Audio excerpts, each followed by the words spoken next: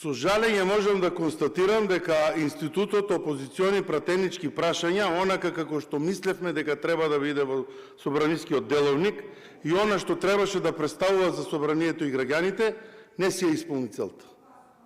Зошто? Затоа што целта на ова не беше политиканство, туку кратки прашања и одговори, да дојдат министрите и замениците да одговараат на тие прашања. Ние имаме на 2 часовни опозициони пратенички прашања, стрикно поставени до конкретни министерства, барање за пауза и злоупотреба на истото со образложение дека не биле министрите тука. А не е така. Сите министри за кои што следни требаше да се поставува прашање, беа тука. Сите до еден. Господине Јован Митревски, жал ми е што поддржувате нешто вакво, а вие и јас и уште неколку луѓе работевме на ова. Целта на ова беше друго, не политиканство.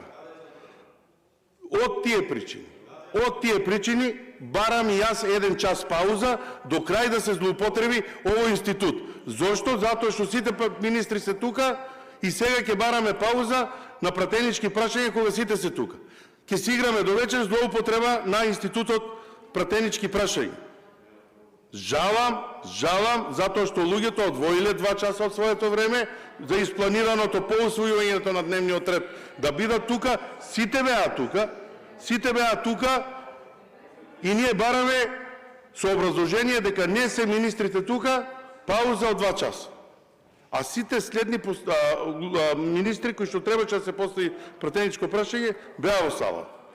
Имаме многу начини да го изиграме деловникот. Ама работава е да добиеме одговори од луѓето кои што се тука.